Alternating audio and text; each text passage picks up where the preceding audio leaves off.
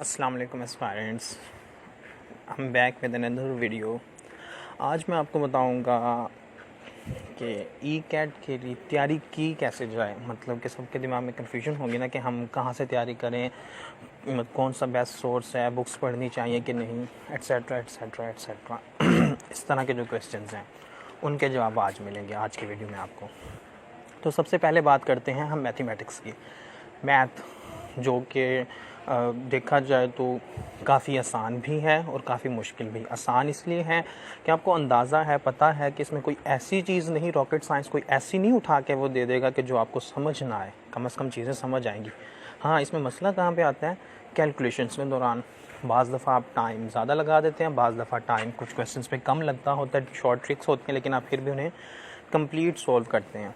तो इस तरह के जब होता है काम, तो आपकी अगर कैलकुलेशंस तेज़ हैं तो आप क्वेश्चन देख के बता सकते हैं इसका ये आंसर हो सकता है।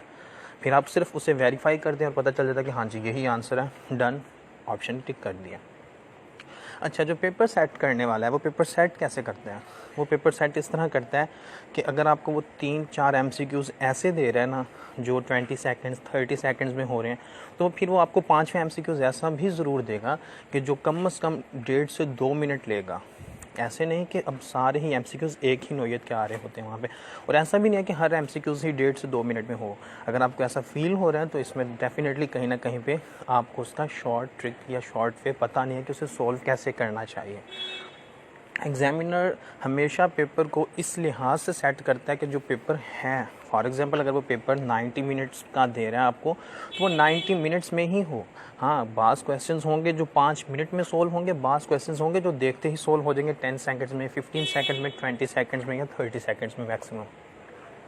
तो इस तरह के क्वेश्चंस की पहचान करना बहुत ज़रूरी है। अब मैथ की तैयारी कैसे की जाए? अगर आप ये कहें कि मैथ के हम बुक के क्वेश्चन करना शुरू कर दें तो वो ही आएंगे। बाज़ दफ़ा आ भी जाते हैं, बाज़ दफ़ा नहीं आते।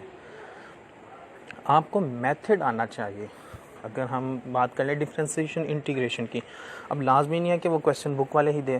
फॉर एग्जांपल बुक में एक क्वेश्चन है जिसमें आ जाता है जी एक नंबर है, फॉर एग्जांपल x की पावर x, इसको डिफ्रेंशिएट करें, तो वहाँ पे वो पेपर में जब देगा वो x की पावर की x की बजाय 2x 3x 4x 5x कर सकते हैं, या वो नीचे ही 4x की पावर x कर सकते हैं।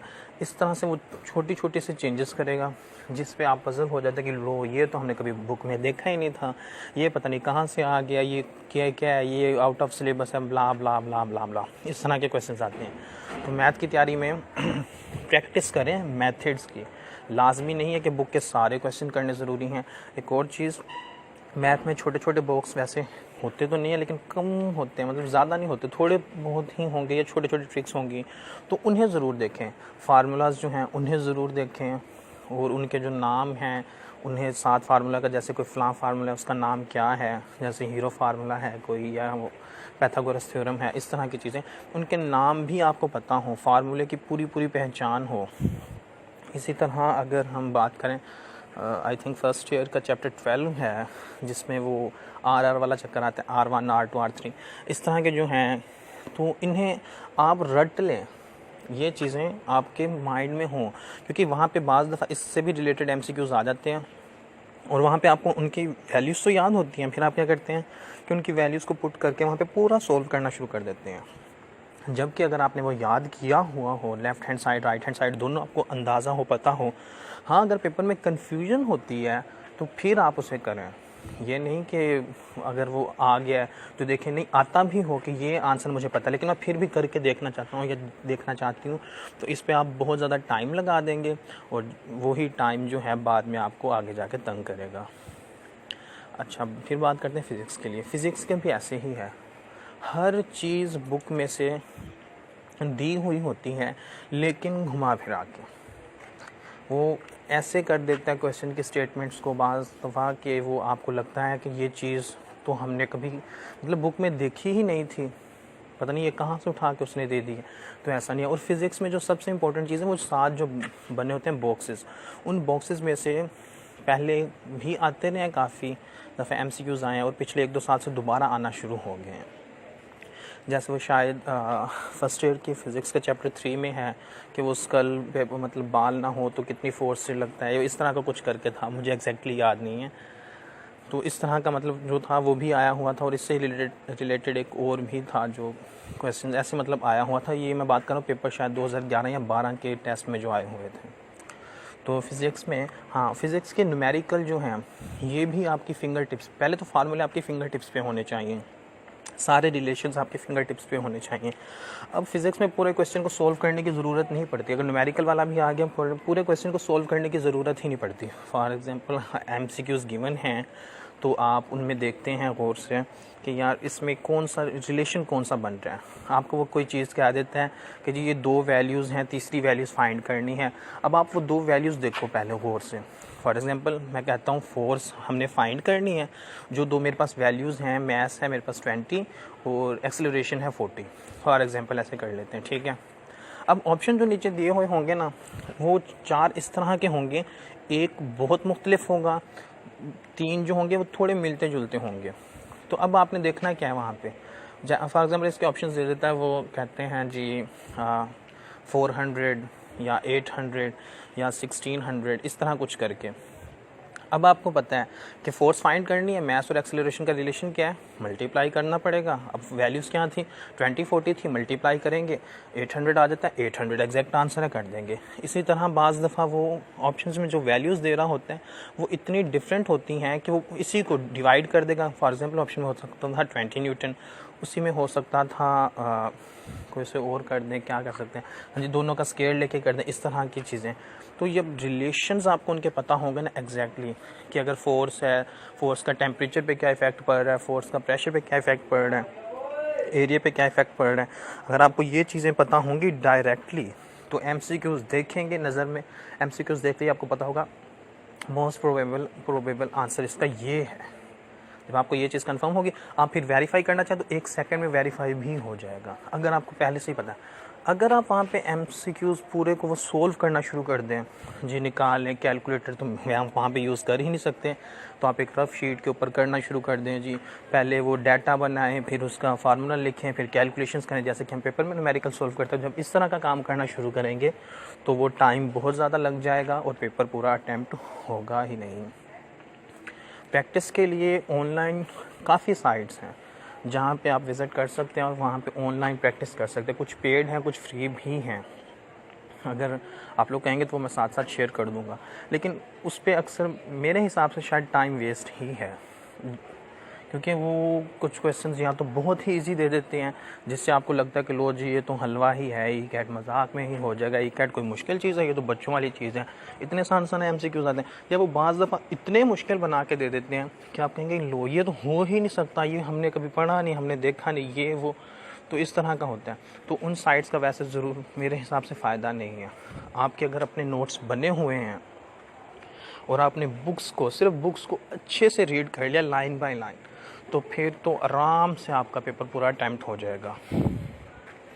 और हाँ, फिज़िक्स के नोट्स डेफिनेटली जो मेरे बने हुए हैं मैं उन्हें बेस्ट कह सकता हूँ, क्योंकि मैंने वो खुद यूज़ भी किए हैं और काफ़ी सालों से डिफरेंट बच्चों ने यूज़ भी किए हुए हैं। तो जो मेरे पास हैं, मतलब क्लासेस ले रहे हैं, मैं साथ साथ टाइम टू टाइम वो पॉइंट्स उन्हें लिखवाता भी जाऊँगा ताकि उन्हें भी वो चीज़ फ़ायदा दे सके। और आपको पता चलेगा, आप पेपर के बाद जब आएंगे आप कहेंगे कि सर ये तो सेम टू सेम स्टेटमेंट ही वहाँ पे पेपर में भी आई हुई थी। वो इस तरह के नोट्स बने हुए हैं, क्योंकि मुझे भी यही लगता था पहले। अच्छा, और अब आ जाते हैं केमिस्ट्री की बात। केमिस्ट्री के बारे में मैंने वैसे आपको पहले भी बताया था। केमिस्ट्री जो है ना, उसमें वो आपको बुक की ही लाइन्स उठा के देता है, उसमें कोई चेंजेस नहीं करता, कोई ख़ास मतलब कि नहीं होता कि फ़र्क डाले किसी क्वेश्चन में। कोई 1 2 न्यूमेरिकल वाले दे दे तो फिर हो सकता है, अदरवाइज़ वो तो पूरा का पूरा पोर्शन ही इजी होता है, बिल्कुल इजी, जो आप आराम से कर सकते हैं और मुफ्त के नंबर हैं वो। आपने करना क्या है, बुक के चैप्टर्स अच्छे से रीड करें, थॉरोली रीड करें, एक एक लाइन रीड करें। ये ना समझें कि इतना बड़ा है चलो छोड़ देता हूँ या छोड़ देती हूँ, ये एक लाइन से कौन सा फ़र्क पड़ेगा, एक पेज से कौन सा फ़र्क पड़ेगा। हो सकता है उसी पेज में से 1 2 MCQs दे दे वो, लेकिन केमिस्ट्री में आमतौर पे MCQs वो देता है एक्सरसाइज से। एक्सरसाइज में जो MCQs बने हुए हैं वही उठा कर दे देते हैं और और कुछ नहीं तो कम से कम 20-25 तक MCQs वो वहीं से उठा के दे देते हैं और आपका पेपर आराम से हो जाता है।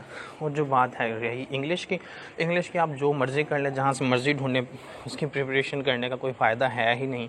हाँ, दिमाग अगर आपने खर्च करना है तो आप कर सकते हैं। इवन जो अकेडमीज़ हैं वहाँ पे भी ऐसे ही वो इंग्लिश को इतना कोई कर देते हैं मुश्किल कि आपको लगने लग जाता है कि यार सारा आसान है, फ़िज़िक्स आसान है, इसमें इंग्लिश आसान नहीं है, इसमें केमिस्ट्री बहुत आसान है, इसमें मैथ बहुत आसान है, लेकिन इंग्लिश इतनी मुश्किल बनाई हुई है इन्होंने। ऐसे लगेगा आपको एक वक्त में, क्योंकि हम इस फेज़ से गुज़रे हुए हैं तो अच्छे से अंदाज़ा है कि ऐसा फ़ील होता है। तो इंग्लिश को मेरे ख्याल से टच करो ही ना, छोड़ दो उसे, अल्लाह के भरोसे छोड़ दो। उसका एक पैराग्राफ आता है, 10 MCQs उसमें से बने हुए आते हैं और उसी में उनके जवाब मौजूद होते हैं और हर बच्चा वो कर सकता है। इतना आसान होता है वो, रीड करते जाओ, टिक करते जाओ, इतना आसान होता है वो। जैसे आपने शायद 9th-10th में किए होंगे कंप्रीहेंशन पैराग्राफ, उसमें क्वेश्चंस थे, यहाँ पे MCQs हैं, तो वो बिल्कुल ईजी होता है, उसकी तो कोई ख़ास तैयारी की ज़रूरत है ही नहीं।